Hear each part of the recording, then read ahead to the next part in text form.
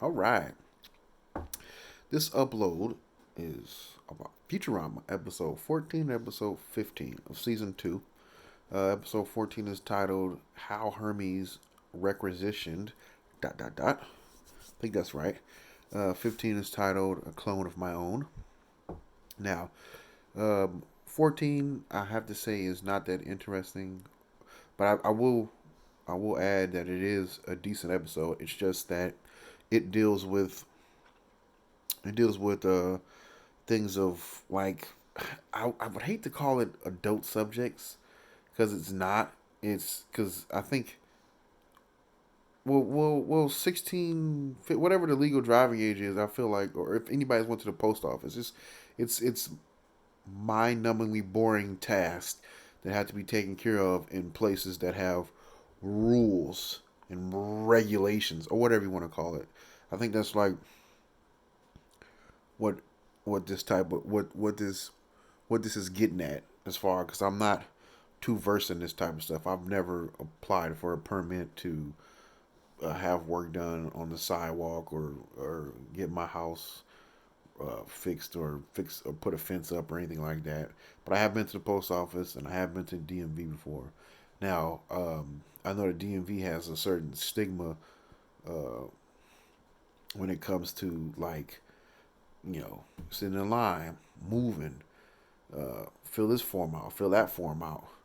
You have to get this, you have to do that. I understand all that.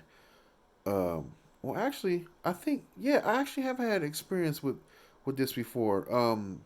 I have a commercial driver's license, and within I think the last 2 years or something like that, every driver started getting tested for the sleep apnea, which I think is great because sleep apnea leads to basically not getting enough sleep. It's and it's not and it's not only put it simply, it's not only associated with overweight people. It's also associated. It can be genetic, and also um, is associated with people with larger necks. So bodybuilders and yeah, people of that nature are included as well. Even skinny people, because like I said, it can be genetic. So it's not particularly one body type. It's um, many factors. But anyway, the problem, my experience of going through that can be considered what I consider something like a bureaucracy or something like that, because it's just like paperwork. Have to wait for this to clear. Have to talk to this person, talk to that person, talk to this person to get the results I needed in order to even find out if I was able to continue driving a truck. I was under when the process first started. I was under the impression that I might have to change careers, but it turned out not to be that extreme. As long as I crossed all my T's and dotted all my I's. But anyway, so I could understand somewhat of the idea that they were trying to get at, but the, that experience left a bitter taste in my mouth. So I can't, I couldn't see all the humor. I didn't see all the humor in this episode, but I think it's a great episode, but it's not my favorite. But that's the best way to put it. This is a Hermes episode. I think this is like a character, just a deeper dive into this particular character. I mean, the only things you know about this character up to this point that he's Jamaican, he rhymes a lot, and he likes the limbo for some reason. I think that's like or was a stereotype because I don't think most people vacation in Jamaica. And it's like, oh, when you always go to Jamaica, you're always limboing on the beach or something like that. Which I'm like, because I've never had a vacation out of the country. When I took a vacation, it's basically just sleep. But anyway, enough about me. This so yeah, they follow Hermes. So, but another thing too, it does a great job of shining a light on his character because you see at this particular time he's up for a promotion. You know, he's feeling inadequate, doesn't feel like he deserves to have his job.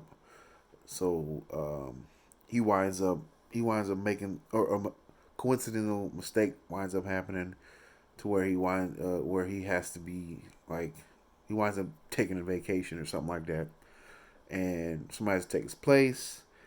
But this doctor, the company doctor Zoidberg, gives them a free pass to a resort. But when they get there, the resort turns out to be a forced labor camp, which I think is hilarious. Um, while they're there, an Australian guy decides to befriend them and not not help them escape, but help them survive. He's giving like little tips and things like that. But Hermes just winds up making it worse for him.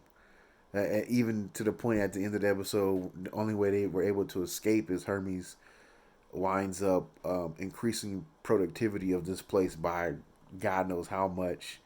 And the biggest joke, the punchline or the biggest part of the joke was, oh, the only reason we wind up leaving is because Hermes did this or whatever, and he increased productivity so much. All the manual labor at that place is only done by one Australian guy now, which I thought was really funny because the Australian guy was trying to help him, and that's just my mail back there. The Australian guy was trying to help him, and he winds up getting having to do all the manual labor, which I thought was funny. I don't know why. I'm trying to think what else happened. Oh, the person that takes his place winds up having a relationship with Fry, but it's not permitted. Bender finds out, and of course, Bender's not going to hold anybody's secret. So she decides to not erase his memory, but put him back to like default settings and take his current memory, which I thought was an interesting twist. But she sends it to like the headquarters or something like that. But Hermes comes back and winds up having to save the day by filing so many different um, by filing so many different things, finding Bender's memory and then reinstating it. Trying to think what else. It was overall was a good episode. I wouldn't say it was. I'm not saying it was the best. It's like it was a good episode, but it's not my favorite. That's the best way I could put it. So now, let's go to the next episode. This episode is titled "A Clone of My Own," which I think has to be a nod to a book or a movie or TV show, something. Um,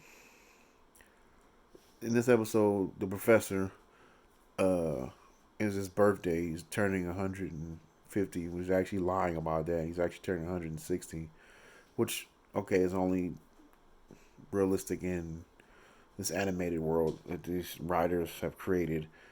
Uh, and he and the joke is when a person turns 160 in this particular time in this setting, they get sent to a place called the Near Death Star. Now, if you watch Star Wars, that should be funny to you. I'm not saying it should be, but it's funny to me. The Near Death Star, and it's also they're also poking fun at the fact that people kind of gather in one place to basically wait till they expire. There's some Florida jokes in there and things of that nature. I'm trying to think. This one was actually a good episode. It was full of a lot of jokes. I don't think maybe it's just because I want to maybe just because I'm like on the borderline of thinking that might be I may be being lazy by not taking notes, but I don't think it would help if I took notes because I feel like I would get a lot of these jokes wrong. So I'm leaving it up to whoever decides to watch this review. Maybe you'll watch this review after you've watched the episode. Either way, I'm not gonna say all the jokes because this one was. You have to watch it in time. You have to hear the jokes in time. Cause I think I think it really would ruin the experience if I just start rattling off. If I write down jot down all these notes and start rattling off. I think it's a plane flying over. And start rattling off all these jokes. I think it would. I think it really would ruin the show. Maybe it's just me being lazy. I don't know. But I'm trying to think here. So yeah, he's this is before he winds up getting taken away. He's feeling a little inadequate. He's feeling a little inadequate, so he makes a clone. The clone's a kid, but he's super smart. And also puts a spotlight on the fact that how this is one of my theories about life. It puts a spotlight on it, or it makes me think of this. Um, when you're a kid, you basically have no filter. So when you see things, you're gonna blurt out the first thing that comes to your mind. You're gonna be unapologetic. You're gonna say what you want to say. After so many bad experiences, I say you would start to bite your tongue a little bit more. You would think about what you're gonna say before you say it, and you would take into consideration other people's feelings based on, uh, based on, based on what you've experienced and what you saw.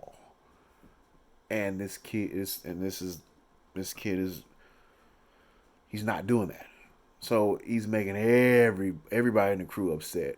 And the jokes that are coming left and right, it's good. It's this one is full of jokes. This is probably one of the better episodes.